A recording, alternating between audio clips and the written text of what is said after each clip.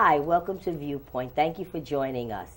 Today's show we have Carlton from Granite Recovery, and my co-host is Susan Salomone, Executive Director of Drug Crisis in Our Backyard. Good afternoon, Lily. Nice to see you. Nice to see you, Susan. And nice to see you again, Carlton. Thank you. Nice to see you. Thank you guys for having me Thank today. you for joining us. Yeah, definitely. So tell us about Granite Recovery. Sure. So Granite Recovery Centers, we offer a full continuum of care. So we're a primary substance abuse treatment center as well as co-occurring mental health disorders, and we're based in New Hampshire. So we've got medical detox and residential treatment all the way through extended care and sober living options as well, up there for men and women that are 18 years of age and older. So we are huge believers in long-term treatment, whether that be all with us or, if people come referred to us and we refer back, but making sure that people really have as much treatment as long as they can as possible. We found that increases the chances that they're going to stay sober, that they're going to really recover, So that's basically who we treat, where we're located, and a little bit about the treatment that we provide. So we're clinically integrated 12-step treatment up there, which means that all the clients that are coming to us, they're getting a licensed master's clinician, they're getting a case manager, they're also getting a 12-step coordinator that's working with them through the step work and teaching them about the 12-step program. And then we also have a large recovery support staff that's up there. So it's people who have at least a year and a half of sobriety, many of whom have been through Granite's programming themselves, or who our owner, Eric Spofford, knows from the recovery community up there. He hires them on to give back and to help out, and they are a big presence in the clients' lives up there. So it's peer-to-peer support is a big part of what we do too. Now you said something about sober living. Do you have it there you have like grounds or what? Yeah, so we've got 2 residential programs, Green Mountain Treatment Center and New Freedom Academy, and our detox is located at Green Mountain Treatment Center. And those are our primary care programs that we've got up there. So that's inpatient, is that what you mean? Yep, detox and residential treatment. Oh, residential. So that would be when they first come in, they go to detox, and then they stay there for treatment for a period of time. Yep. About how long? Well, we have a curriculum in place for a 90-day program, if they can do that. In inpatient residential treatment. Wow, that's great. And after that, we offer what we call our extended care programming. So there's the Granite House for men and the Granite House for women. And that is essentially a 3-phase program, and there's no real set time limit on it. It's all based really on the internal change that we see within the client while they're in that programming. But that incorporates sober living with an IOP in the 3-phase process. There, or they come back to the main, is it like a main campus? It's 2 separate locations, yeah. Okay. So we've really got about 7 different facilities, 7 different locations in New Hampshire that we have these programs located at, yeah. So they can live and go to treatment in the same place? Yep. Okay, so they don't have to live like in a motel and then get bused. Well, for the extended care, so Granite House for men and Granite House for women, the houses are not, they're separate from where the IOP programming is. All right. So we transport them from the house to the IOP programming back and forth. It's your IOP. You Our do the IOP. treatment. Okay. Yep. But essentially, as they progress through the 3 phases of the extended care programming, they're starting to look at going back to work, going back to school, or they are going back to work, are going back to school, and within that process, right, they're also still attending their IOP sessions. So as they go through the 3 phases, they're really getting a little bit more independence back, and they're also, learning life skills to be able to learn how to get back to living again. Yeah. So is that? Do you have someone teaching them that Yeah. the life skill part? Because that seems to be a really hard part for a lot of people re-entering life. Yeah. Right. The life skills seems to be very, very difficult. So how does that work? Yeah, so the recovery support staff that I mentioned before work with them a lot with that within the extended care, within the housing that's there, right? As much as money management comes into play, right? Money management is a big life skill that a lot of people don't have. And so what they're doing there is, as they progress through the phases, they're getting a little bit more freedom with their money management, or they're learning those skills from the case managers and the recovery support staff that's there with them. So it's really integrating that into their treatment program as well, so that they're not only getting treatment for whatever it is that got them into treatment to begin with, but they're also starting to learn the life skills to be able to learn, to live. To live on life's terms. Yeah. What about the mental health? You mentioned mental health, co-occurring disorder. Co-occurring, yep. So we are primary substance use, but we do work with co-occurring mental health disorders as well. So a lot of anxiety, a lot of depression, right? We'll see a lot of anything that's a little bit more severe, or if it's primary mental health, if it's more schizophrenia cases or anything like that, we would refer out to a primary mental health facility. Yes. But if it's co-occurring with a primary substance use, we can work with them. Yeah. And you give them medication. You have medication management while they're with you for the 90 days? For the mental health? Yes. We will, yep. Okay. As far as medication management for the substance use goes, we are an abstinence-only program. Abstinence only. Yeah. So we will... No Suboxone, no methadone, no Vivitrol. Right, so we will detox off of those, but while they're with us, we won't have them on those medications. As far as the Vivitrol goes, what we'll do is, if that is something that they're interested in, because we provide them with education on that as well, so they have a knowledge of what they can do with their own recovery. But if Vivitrol is of an interest to them, upon discharge, what we'll do is we will start them on naltrexone 2 weeks out to make sure there's no allergies, and then we'll set them up with a provider on the outside to provide them with the shot once they are discharged from the program. Right, okay. Yeah. So now, what does your population look like in terms of drug use? Just, I'm curious to understand, like, are you seeing a lot of alcoholics? Are you seeing mixed drug use, a lot of opiates? What? Sure, yeah. So I would say a majority of our client base right now is probably 18 to 32-year-old opiates is a big one that we're seeing, as well as many of the other treatment facilities across the country are seeing right now. But we're also seeing an uptick right now in 60 to 70-year-old alcoholics are coming to us, and we're also starting to see an interesting uptick in meth use, which we haven't seen in a little bit, but we've been noticing that that's starting to come into play as well. So I would say out of all substances, those are probably the three that we're working with most. You know what? Please bear with me, and no disrespect when I say this. Sure. We see that people using opiates, it takes them a few times before they get it, for whatever reason, before they get sober.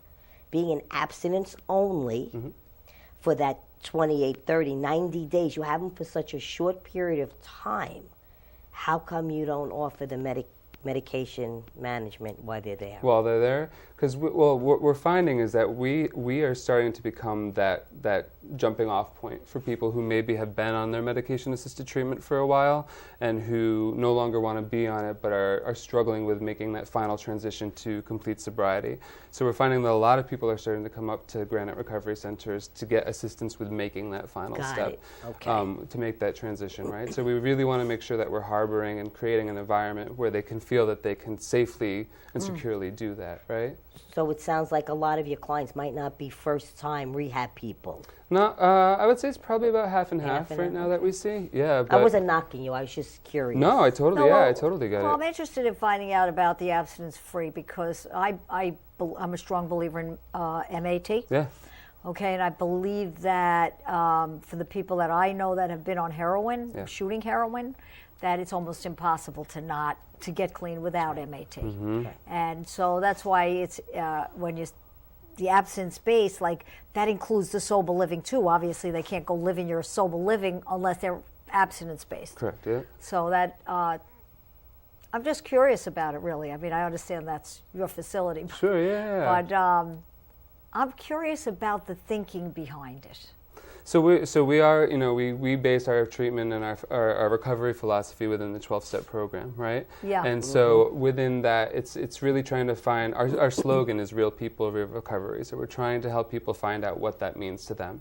And there are some people out there that, for them, being on medication-assisted treatment is what they need. It's what they want in their recovery, and that's what their recovery. What they need. I like the word need better than want. That's right. Yeah. It's what they need. Yeah, it's what they need in order to stay clean. Right. And so it's really working with the client to see what do they want with their recovery, what do they need in their recovery, what's going to suit that client best, right? And so for us, we are the facility to go to if somebody does want to be free from all substances, does not want to have the medication-assisted treatment, and if it's somebody that might need that with their recovery and they give us a shot and maybe we're not for them, right? And we can help them find the right place that is for them. Right. So we really pride ourselves in trying to work with the people that want to try to live a lifestyle without medication-assisted treatment. Yeah. Yeah, that's kind of interesting. I know we hear a lot about that in New York because we hear a lot of sober homes. We don't have a lot of sober homes in New York to begin with. Right. We're very limited. And I think a larger percentage do not allow MAT. Yeah. Right. And so... so it's a double-edged sword. As a person stays sober, if this is the way they can stay sober, then you're telling them that they have no place to live. So they have to be on medication assisted, but they have to live in a shelter, which is not conducive to being sober. Right. Because they can't live in a sober house because they're on medication. Treatment. Yeah, it is. You know, I have questions around medication-assisted treatment as well, because the pharmaceutical companies started this epidemic, and now we're going back to the pharmaceutical companies to correct it. So I've got that problem, but I also know that many people struggle without being on, especially Vivitrol. I like Vivitrol. I think it's a great medication. It's not a controlled substance. It sits in the opiate receptors. It doesn't get you high. Right, no resale value. It reduces the cravings, no resale value, and brains heal while they're on Vivitrol. That's right. And so some people need to be on it for a period of time. I know when my son was on it, he used Vivitrol. He did not. We tried Suboxone, and that was a complete disaster. He went on Vivitrol, and while he was on it for 6 months, he was fine, no problem being clean. Once he went off of it, he started using again. Yeah. So, you know, I think that, I don't know, I'm sure there'll be, I mean, it's also new. Yeah. That's right. You know, Vivitrol in particular is very new. It's just recently FDA approved for opiates. And, you know, it's I guess time will tell, right? Sure, yeah. But in the meantime, it's important, I think, that we provide all options for everyone, right? Yeah. And to be able to have that available to everyone, you know, all options.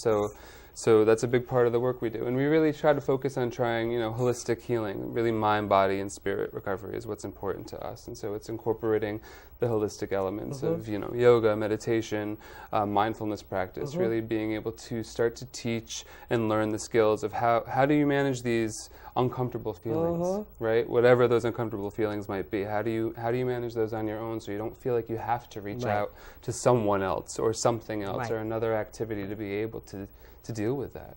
It's a really big part of what we try to teach. You must be in a beautiful area there in New Hampshire. Pretty gorgeous. Are you in mountains? Yeah, Green Mountain Treatment Center, we're on the side of a mountain, and then New Freedom Academy is in the middle of the woods in New Hampshire, and we really try to utilize that too up there. So we've got them out on the trails hiking, and we've got them on the lakes during the summer, and we really try to implement that into the recovery.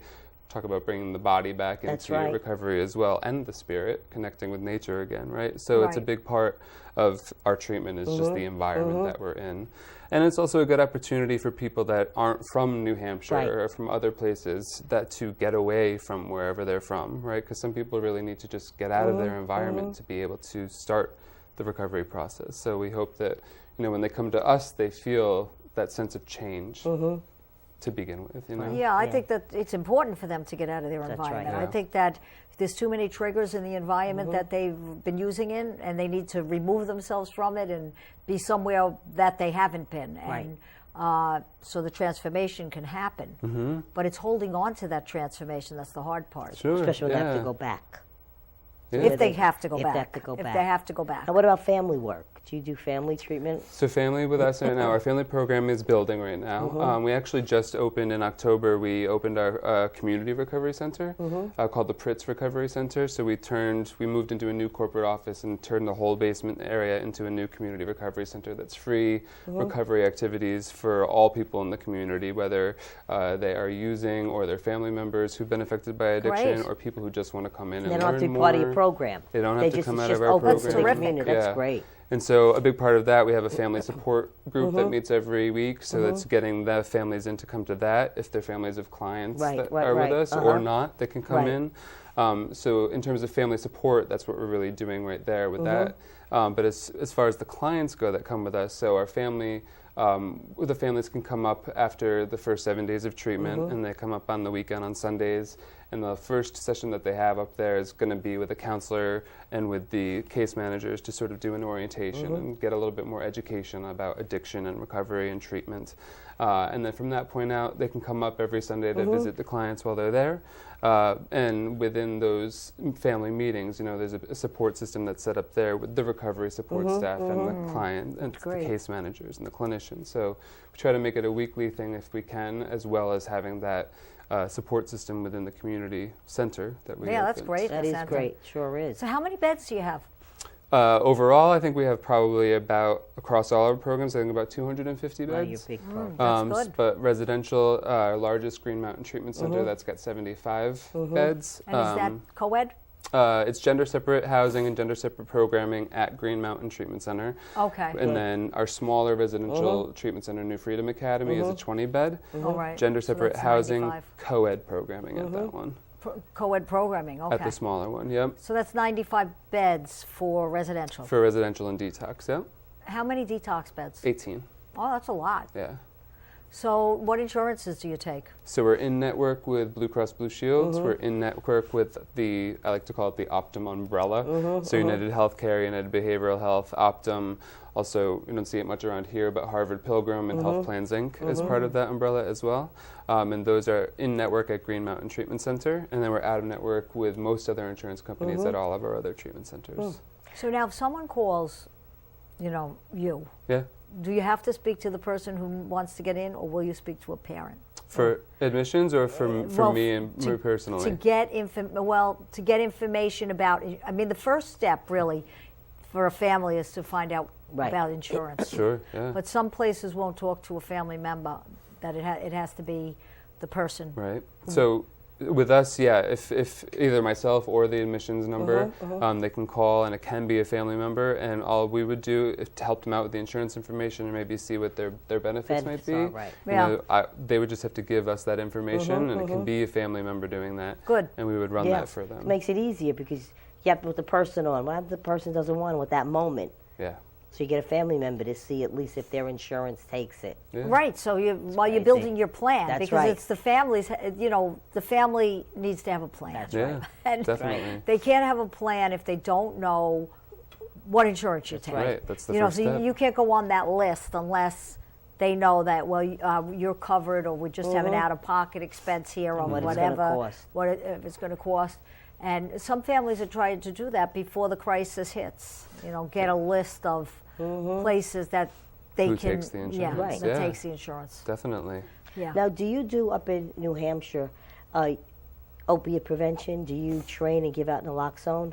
They do that up there, yeah. Okay. They do have those programs that are in place up there within the But New not Hampshire. Granite Recovery. Granite doesn't go out on its own to do that, no. But it doesn't give its own clients the naloxone on their way out.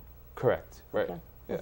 That would be an interesting thing to do. Right. I wonder why they do not. Yeah. I should have asked LIC the same thing. Yeah, the last. It's a good question. It is a good I'm question. going to ask the same you thing should too. ask. Ask, of course. Yeah. We have to get more programs to be part of the opiate prevention, so that when their clients leave, they have a kit with them. Right, yeah, you see a lot of the police departments, fire departments, all that doing it. The treatment centers definitely should be. All should have it. You should have the capability to give out kits when someone's leaving your program. Yeah, for sure. Right? Instead of waiting for the police when you're overdosing. Right. Yeah, well, I know that New Hampshire has a really big problem. Huge. Right? It's tough up there right now. There's a high need for help. Yeah. Yeah. So what Yeah. kind of help, when you say I need help, what kind of help do you need? I'm just curious. Just treatment, treatment options and availability. We're lucky Are there enough. jobs? What's that? Are there jobs? As far as treatment goes? Yeah. Probably. Yeah.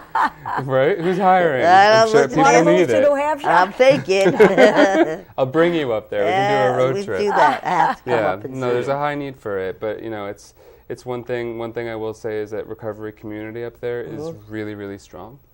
And the people that are in recovery up there, one thing with Granite Recovery Centers is we focus a lot on community building, right? And the importance of connection and community in recovery is something that we believe firmly in. And so it's creating, what is that for you? What does your community look like? And so, we really try to work with them going to the outside meetings outside of our treatment program and facilities. Why they're in treatment? While they're in Okay, treatment, to be good. able to start to build up those relationships with other Right. people Connections, outside. that's great. Because I don't know how much you guys know about the dislocation theory of addiction and Bruce Alexander, but our director of spiritual life, his name's Pierce Kanuka, and he goes around and we have him do presentations on this theory of addiction, and it What has is a it? lot to do Tell with us. Tell us. In a brief summary. Yes, okay. Essentially, did you ever hear of Rat Park? Oh, yeah, I think I have. Go ahead. So Rat Park was in the 60s or 70s. It was an experiment that they did. Bruce Alexander, they were trying to study addiction and the impact on the human brain, and they were using lab rats. And so all the rats were in individual cages, and what they were doing was giving each rat a bottle of water, plain water, drinking water, and a bottle of water laced with cocaine. I think it was cocaine or heroin, I believe. Yeah. And seeing what the rat would do. And so the rat would be trying the drinking water and then try the cocaine water. Or heroin water, Right, I'm sorry. and would continue to go back to that until they overdosed and died. And so it's Bruce Alexander who really looked at that and said, "This isn't realistic. This isn't what humans do. We're not in our own separate cages, and we're not with nothing around us." He's like, "What would happen if we created a more realistic environment for them?" So they made Rat Park, which was essentially this giant park for the rats, where they had things to do, tunnels to climb through, other rats to interact with.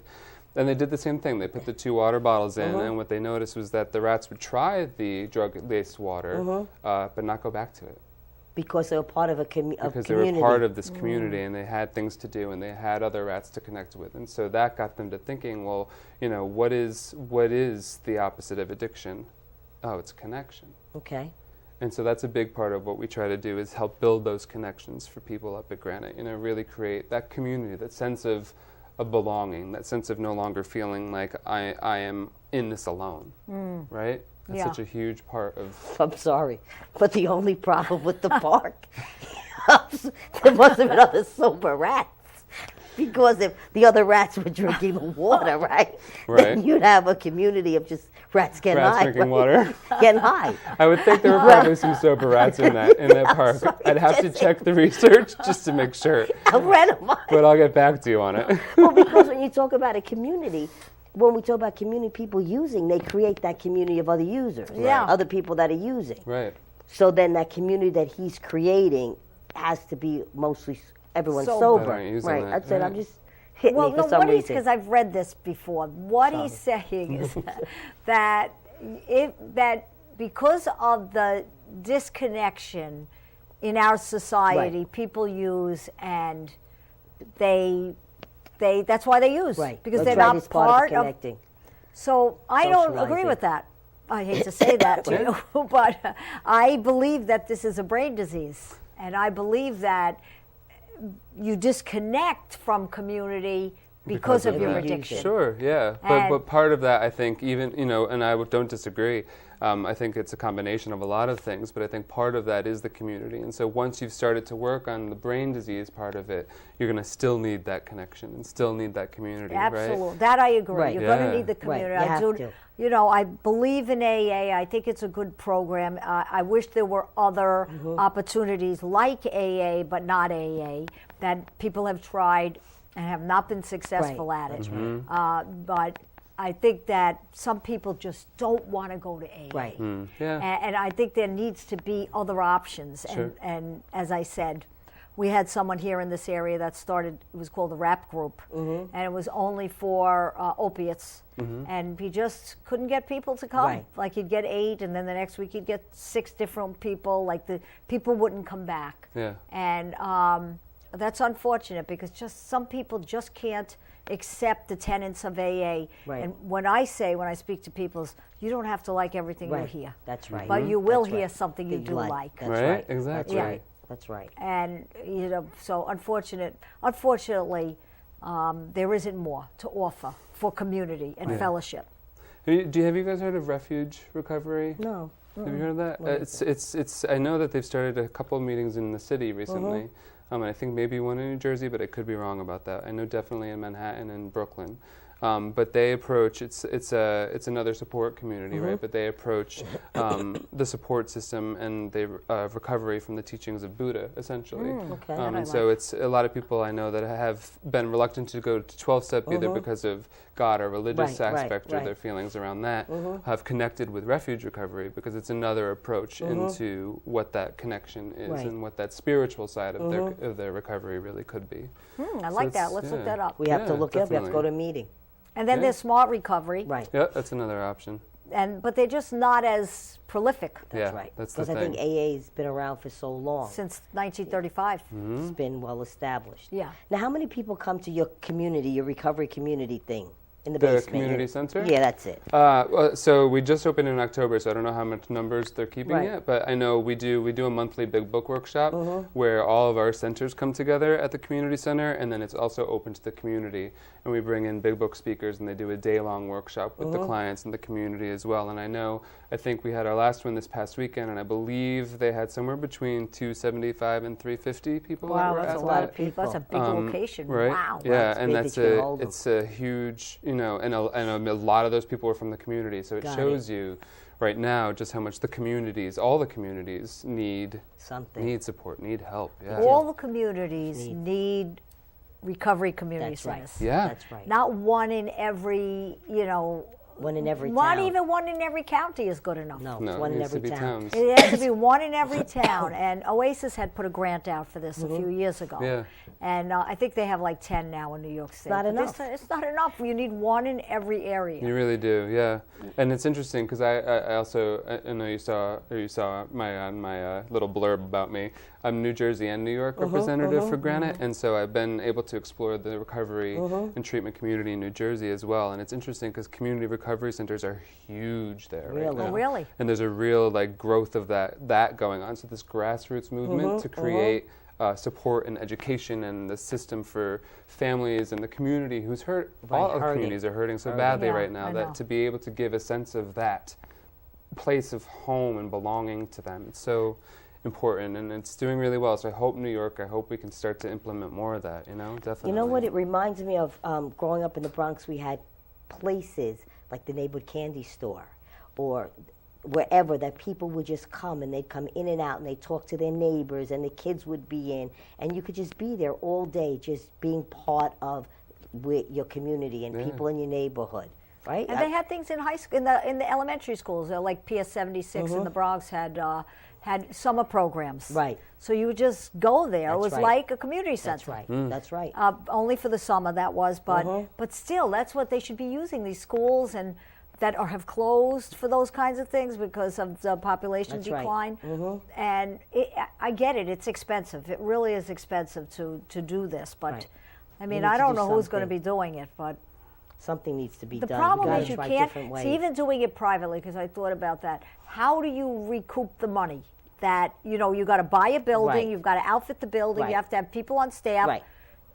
How do you charge for that? Right. You probably have to just have donations. And how Donations hard and is funding, that? and And how can funding. you, And that's you a know? full-time job. Yeah. And you know what? We are out of time.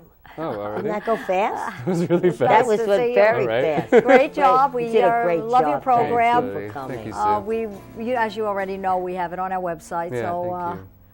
we will continue to recommend you. Awesome. And We'll we're come going to up to come and New We're visit Hampshire. you gonna come up to New Hampshire. Yeah, gonna come do up. it. In the summer. In the Yeah. summer. Springtime. Yeah, wait till the Springtime. snow melts. Springtime. We don't want to come up in this. No, May. May would be a good